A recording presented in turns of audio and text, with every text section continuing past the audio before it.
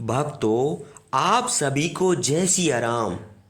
भक्तों, आपने काल नेमी राक्षस का नाम तो सुना होगा, जिसने बाबा हनुमान जी महाराज को रास्ते में रोक लिया था। जी हाँ, बाबा हनुमान जी महाराज संजीवनी बूटी लेने जा रहे थे, तो वह राक्षस माया का सहारा लेकर बाबा को रोकने का प्रयास करता है। तब बाबा हनुमान जी महाराज अपनी बुद्धि विवेक से समझ जाते हैं, यह मुनि नहीं है, यह तो कोई मायावी राक्षस है। तो भक्तों, आगे क्या होता है हम जानते हैं हमारे धार्मिक चैनल जय करीला धाम पर। अगर आपको बाबा का यह रोचक प्रसंग पसंद आए तो लाइक और शेयर जरूर करना और हमारे सनातनी चैनल को सब्सक्राइब भी कर देना। तो चलिए हम वीडियो को आगे बढ़ाते हैं।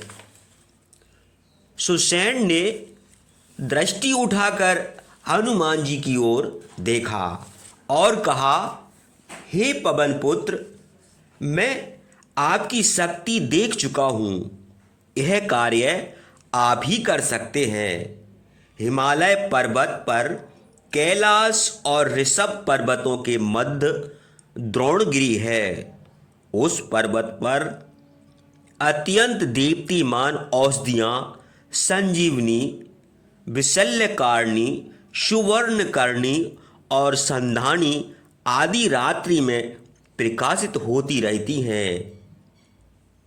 आप उनमें से सूर्य उदय से पहले संजीवनी बूटी लेकर आए, तभी लक्ष्मण जी के प्राण बच सकते हैं। पवन पुत्र हनुमान ने तत्काल अपने प्रभु श्री राम के चरण स्पर्श करके आज्ञा प्राप्त की और जय श्री राम का जय घोष करके वायु से आकाश में उड़ चले। उन्हें हिमालय पर पहुंचने में कुछ भी समय नहीं लगा। उन्होंने वहां द्रोणाग्र पर्वत पर रात्रि में प्रकाशित होने वाली जड़ी बूटियों को देखा, परंतु उनमें संजीवनी कौन सी है वे नहीं जान सके। तभी उनकी दृष्टि हिमालय की तराई में एक विशाल तपोवन पर पड़ी। वहां एक मुनि भगवान शंकर की उपासना कर रहे थे। हनुमान जी को प्यास लगी थी। वे उस मुनि के पास जा पहुँचे और पानी मांगा। मुनि ने उनसे कहा, तुम मेरे कमंडल में से जल पी सकते हो। हनुमान जी को लगा कि यह साधु के भेष में कोई राक्षस है जो उसके मार्ग में व्यवधान डालना चाहता है। उन्होंने कहा, हे मुनिराज, इस कमंडल के जल से मेरी तृप्ति नहीं होगी, मुझे कोई जलाशय बताइए। मुनि ने क्रोध में भरकर कहा, अरे बानर, तुझसे कुछ छुपा नहीं है। राम रावण के युद्ध में राम का अनुज लक्ष्मण इंद्रजीत की शक्ति से अचेत हुआ पड़ा है, परंतु प्रातः काल तक तुम्हारा वहां पहुंचना आवश्यक है।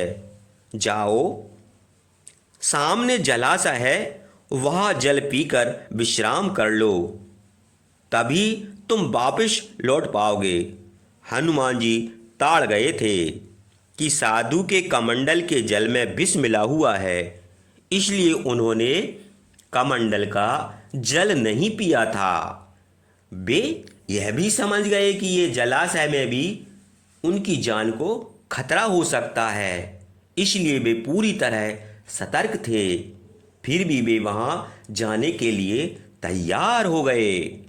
हनुमान जी जाने लगे तो मुनि ने फिर कहा, अरे बानर, यहाँ की पहाड़ियाँ अत्यंत विचित्र हैं। सर्वसाधारण को यहाँ की औषधियाँ दिखाई नहीं देती। तुम जल पीकर मेरे पास आना, मैं तुम्हें एक मंत्र दूंगा। उस मंत्र की शक्ति से तुम उन औषधियों को देख पाओगे और पहचान भी लोगे।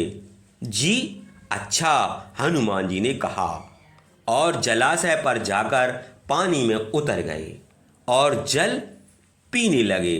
उसी समय एक अति मायावी मगरी ने उनका पैर पकड़ लिया।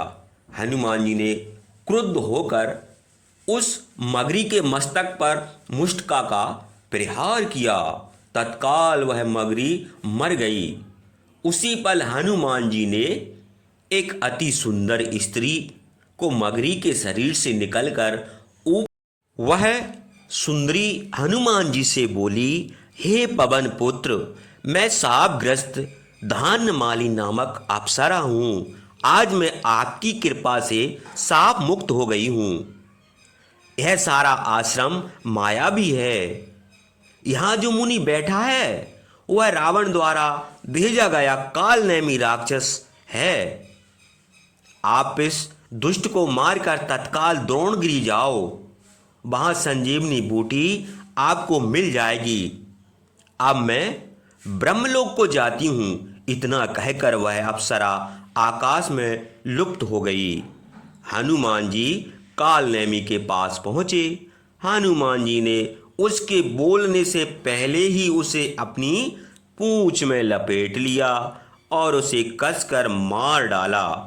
मृत्यु होते ही वह मुनि राक्षस के रूप में प्रकट हो गया और राम राम कह तत्काल जय श्री राम का उद्घोष करके द्रोणागिर पहुंच गए।